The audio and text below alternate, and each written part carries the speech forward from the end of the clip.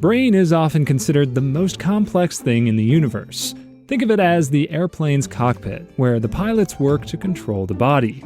In the same way, the brain is the core of the entire central nervous system and is responsible for processing every single aspect of the body, including our nerve impulses, emotions, and thoughts.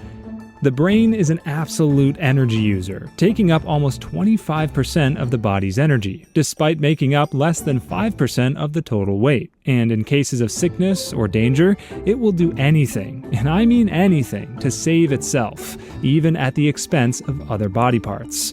The brain is divided into the right and left cerebral hemispheres. It also has three main parts: the cerebrum, the cerebellum, and the brainstem. As the largest part of the brain, the cerebrum is responsible for coordinating movement and regulating temperature. The cerebellum helps with balance, and the brainstem controls the basic functions of life, including consciousness, breathing, and sleep. Without the brain, the entire body ceases to function, because an organ won't send signals to the other systems to make them work. Even something as simple as breathing relies on the brain. Heart. If the brain is the body's cockpit or control center, the heart is the body's engine.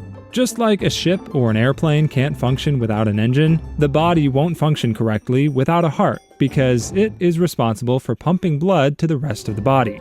The heart comprises two upper chambers called atria and two lower chambers called ventricles. What happens is that blood flows into the right atrium from the veins and flows into the right ventricle. Blood flows into the pulmonary artery to reach the lungs, putting oxygen into the blood. The oxygen-rich blood will travel through the pulmonary veins to reach the left atrium and the left ventricle before it gets pumped through an artery into different body parts. From there, it becomes a rinse and repeat process, allowing the blood to return to the heart through the right atrium to get its oxygen dose before being redistributed back to the rest of the body. Lungs. The heart may be the engine that pumps blood into the rest of the body. The lungs inject fuel into the engine. They extract oxygen from inhaled air and then oxygenate the blood that flows from the heart and into the rest of the body. The lungs are essential for ensuring the other parts of the body get the oxygen they need. Without the lungs, our blood won't be able to carry oxygen to the body. This can potentially lead to organ damage and failure. A person's lungs also have a surface area for gas exchange that's the size of a tennis court, yet they are still small enough to fit in a person's chest. Liver. Liver's main function is to convert nutrients that the body needs to function. The liver is also responsible for filtering blood coming from the digestive tract.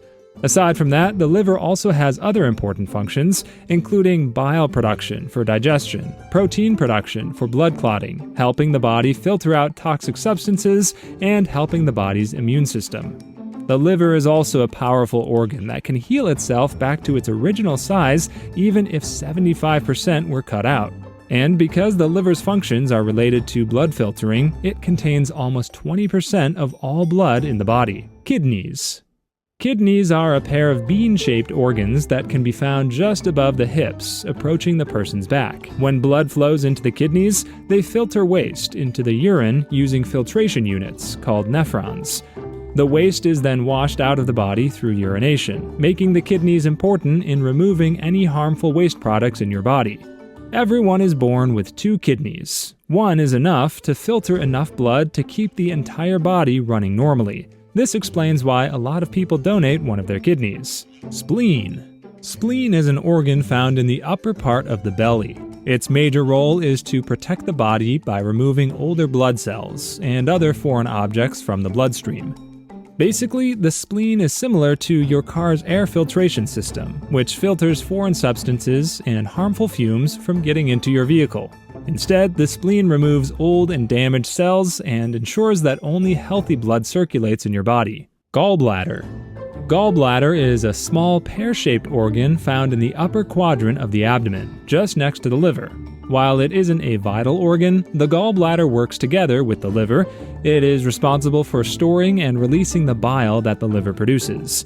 Bile is a substance the body produces to help digestion because it can break down fats. However, an unhealthy person may develop gallstones that can block the gallbladder. On top of causing severe pain, this can interfere with the person's digestion and even with the functions of the liver. Pancreas. Pancreas is located in the upper left portion of the abdomen and plays roles as both an exocrine gland and an endocrine gland. An exocrine gland secretes hormones into the ducts, while an endocrine gland secretes hormones into the blood vessels. As an exocrine gland, the pancreas produces the enzymes needed for food digestion. Meanwhile, as an endocrine gland, the pancreas produces and releases insulin, which enables glucose in the blood to be used for energy. This makes it important in regulating blood sugar and preventing diabetes. Stomach. Stomach is an organ at the top of the abdomen, responsible for breaking down and digesting food. Within the stomach are enzymes that digest food. An example is pepsin, which breaks down proteins and converts them into amino acids, which are the building blocks of the proteins that the body produces. The stomach also stores chyme, which is food mixed with stomach liquids. Chyme stays in the stomach until it moves to the intestines. The stomach constantly expands and shrinks depending on the food the person intakes. For example, eating a massive meal in the morning will allow the stomach to expand to accommodate more food later in the day. That's why those with big appetites tend to have bigger stomachs that have already stretched beyond the normal size. However, the size of the stomach is unrelated to the person's weight. So even if a fat person loses weight, the stomach will not shrink to accommodate the body's new weight. Intestines. Intestines comprise two different intestines, the small intestine and the large intestine. These organs are tubes that filter waste, absorb water, and digest food. Food that has already been partially digested passes through the small intestine. Contrary to popular belief, digestion and absorption of food don't mostly happen in the stomach. Instead, most of it happens in the small intestine. The stomach is primarily responsible for breaking down and storing food before passing it to the small intestine. After food gets digested and broken down by the small intestine, it becomes feces, or poop, which travels through the large intestine. The poop stops at the rectum before it gets ejected from the body through the anus, also known as the butthole. Skin. Skin is the largest organ in the body because almost all of the body, except for the external cavities, is covered by skin. The skin forms part of the integumentary system, including nails, fat, and hair. The role of the integumentary system is to regulate body temperature, protect it from external dangers, and produce vitamin D. The skin is composed of 3 layers, which include the following: the epidermis, which is the outermost layer of the skin, the dermis, which is the middle layer of the skin, and the subcutaneous fat is the skin's deepest part.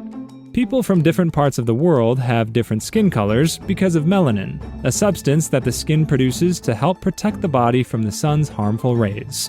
Melanin also darkens the skin, so in parts of the world where the sun shines brighter, people have darker skin to protect their bodies from the sun. Eyes. As a sensory organ, the eyes are primarily responsible for vision. They say that the eyes are the window to a person's soul, but it's linked to the brain instead, because there is a direct correlation between the two organs. The eyes capture visible light and allow it to pass through the eye's different components. The light is then processed and sent to the brain, which interprets the information and converts it into vision. This is why the body can't see anything whenever there's little to no visible light available for the eyes to capture. From the day a person is born until death, the eyes remain the same size and will never grow or shrink. Ears. Ears are sensory organs that are responsible for detecting sound by making use of sound waves that pass through the ear canal and are sent to the brain for processing. But the ears are also responsible for maintaining balance, because deep within the ears is a system that's connected to the eyes and the muscles. Without the ears, the person will lose their balance and be less coordinated with their movements. A less known fact is that ears are also self-cleaning. Some people tend to try to clean out earwax, but the presence of earwax is a sign that the ears are doing a good job at cleaning themselves and in keeping the ears moisturized. So think twice about using Q-tips to clean out earwax. Tongue. Tongue is both a sensory and a muscular organ because it has several purposes. While the tongue is known to aid in tasting food through the taste buds and sends the information to the brain, it is also an organ that aids digestion, speaking, and breathing. The tongue works in conjunction with the mouth by moving around while the mouth is chewing, making it easier for the food to get swallowed.